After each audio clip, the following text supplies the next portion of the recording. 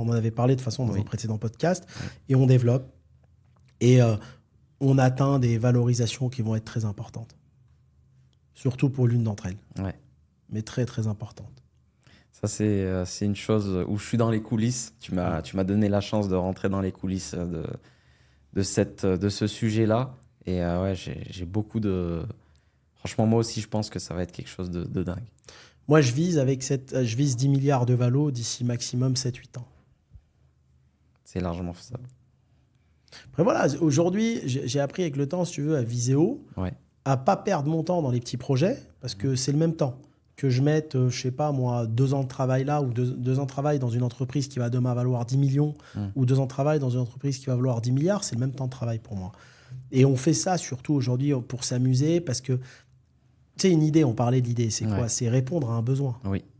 On répond à un besoin, il y a un marché à prendre, on aura peut-être des concurrents le jour où on va commencer à médiatiser. Mais voilà, aujourd'hui, avec ce que les investisseurs m'offrent, les courriers que j'ai là-dessus, j'ai déjà une valo de presque 2 milliards. Donc je pense que ça peut valoir 10 milliards dans 5-6 ans. Après, à moi de faire le travail avec mes équipes, avec mes associés là-dessus. Bien sûr. Bien sûr. Et du coup, on peut parler un petit peu des club deals? Oui, donc il y a ça, il y a les entreprises opérationnelles qu'on déploie. Bon, on est de moins en moins dans la restauration, c'est vrai. Dans la restauration, on est toujours sur des cibles. J'ai loupé quelques cibles, on est sur d'autres, on verra. On est beaucoup plus international. Aujourd'hui, 90% du groupe développe à l'étranger.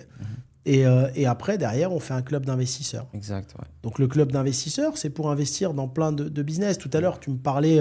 des voitures, c'est ça, des véhicules? Oui, en fait, je t'ai envoyé par photo un screen d'une personne qui est sur les réseaux qui s'appelle Angel et qui a une société qui s'appelle Turismo. Et je t'ai expliqué entre guillemets ce qu'il faisait et il a levé en quelques heures plus de 2 millions d'euros. Machin. Donc je te parlais un petit peu de ce modèle et ça m'a surpris ta réponse. Ce modèle-là, je l'ai regardé rapidement. Ce modèle-là, tu sais que ça existait il y a 20 ans, des modèles comme ça. Alors lui, il a su le médiatiser mieux que la personne il y a 20 ans, et tout à son honneur, et il a su déployer ça au bon moment. Il y a 20 ans, ça n'avait pas marché parce qu'il n'y avait pas autant de taxes sur les voitures de sport. Aujourd'hui, si tu es entrepreneur français, on t'a mis tellement de taxes entre la carte grise, l'écotaxe, enfin tout ce qu'il y a, plus le contrôle fiscal qui vient après une fois que tu as acheté la voiture. Donc il y a tellement de taxes que les gens, ils ne veulent plus être propriétaires. Sur le papier, ils veulent plus. Ils veulent que leur entreprise loue tous les mois un véhicule et qu'ils puissent en jouir quand ils en veulent. D'accord ? C'est tout. Ouais. Et donc, il a renouvelé une idée. Il n'a rien inventé. Hein. C'est une idée qui existait. Oui. Mais il l'a remis au goût du jour et au bon moment. Au bon moment, exactement. Ouais, carrément. Non, donc, et j'ai vu que c'était une entreprise basée au Luxembourg. Exactement. Ouais. Pays où il n'y a pas de taxes sur les cartes grises, etc. Où tu as encore le droit de te faire plaisir avec une belle voiture. Non, mais c'est vrai. Parce que tu me disais tout à l'heure pourquoi les gens quittent la France. Ouais. Mais il y a un moment, peut-être que toi, quand tu reprends, tu n'as pas envie de te déchirer corps et âme pour ensuite t'acheter un vélo et faire du vélo sur une piste cyclable. Non, mais est-ce que tu comprends ce que je veux dire? Il y a un moment, tu sais, on est comme des enfants. Ouais. Un enfant, il va bosser dur, mais il veut la récompense à la fin. Bien sûr. Ben moi, ça ne me dérange pas de travailler jour et nuit. Mais si tu me laisses même plus avoir de récompense, tellement avec les impôts et les taxes, tu me prends tout. C'est-à-dire que si je vais bosser jour et nuit, c'est peut-être parce qu'à un moment, mon rêve perso, c'est de me balader en Bugatti. Mais si tu me dis sur la Bugatti, il y a une taxe d'1 million d'euros, tu me brises mes rêves et tu me dis on va te mettre des pistes cyclables, tu vas faire que du vélo. Bah pourquoi tu veux que je travaille jour et nuit pour créer cette boîte qui va me permettre d'acheter la Bugatti?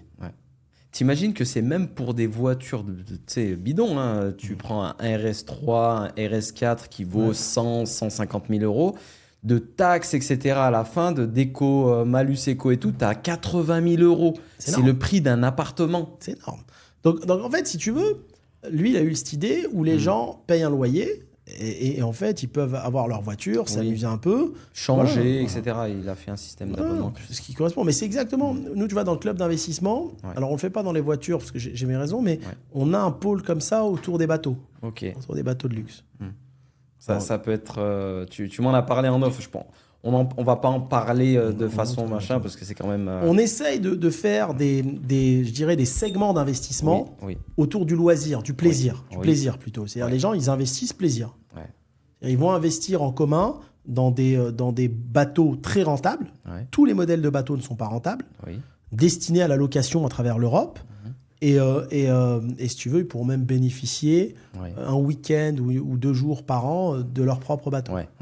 En gagnant de l'oseille derrière. En gagnant beaucoup d'argent, parce qu'on a un rendement sur ce business model qui est quand même de 30%. C'est dingue. Dingue.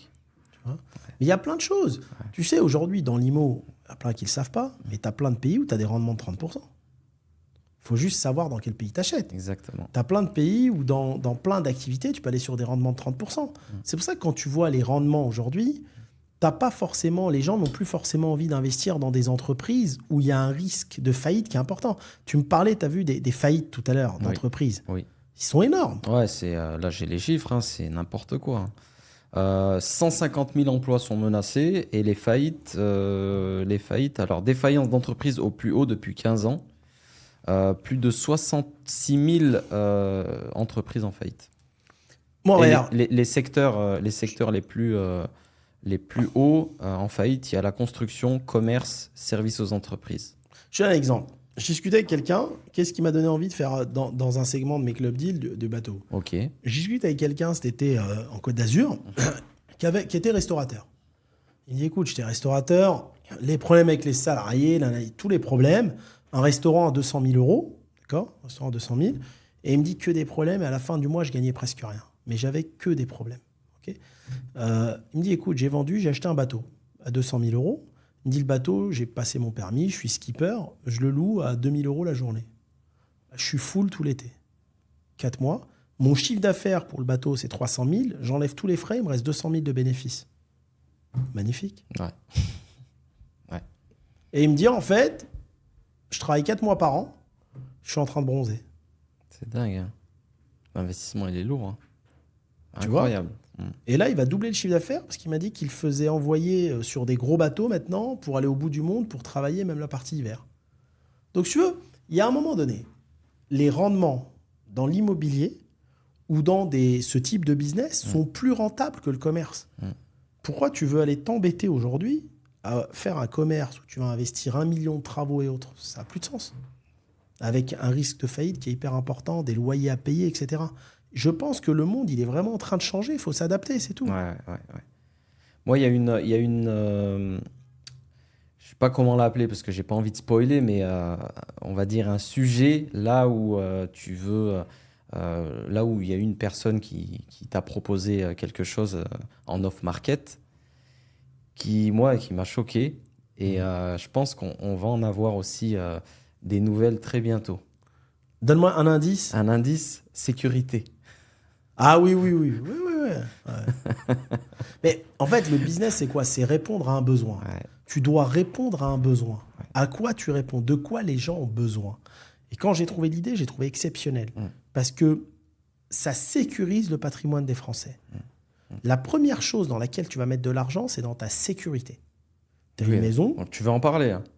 Oui, je peux en parler. C'est un outil, parce qu'il a vu notre premier podcast, c'est ça qu'on avait commencé à parler de... Parce que là, ce podcast ici va sortir juste après le précédent. Ah ouais, exactement. Ouais.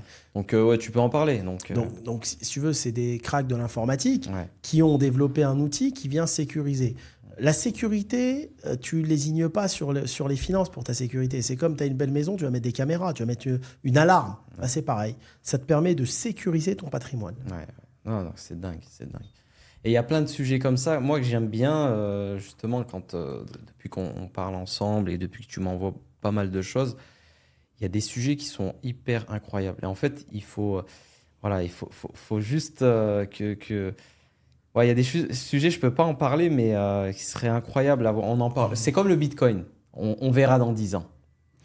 Le Bitcoin, on verra dans 10 ans. Mais tu vois, comme je te disais, il y a plein de sujets où si tu as de la résilience... Et tu gardes ta ligne de conduite, tu as bien vu, gagner 100 millions, c'est facile. Je t'assure que c'est facile. Les gens, ils nous prennent peut-être pour des dingues, qu'on le dit.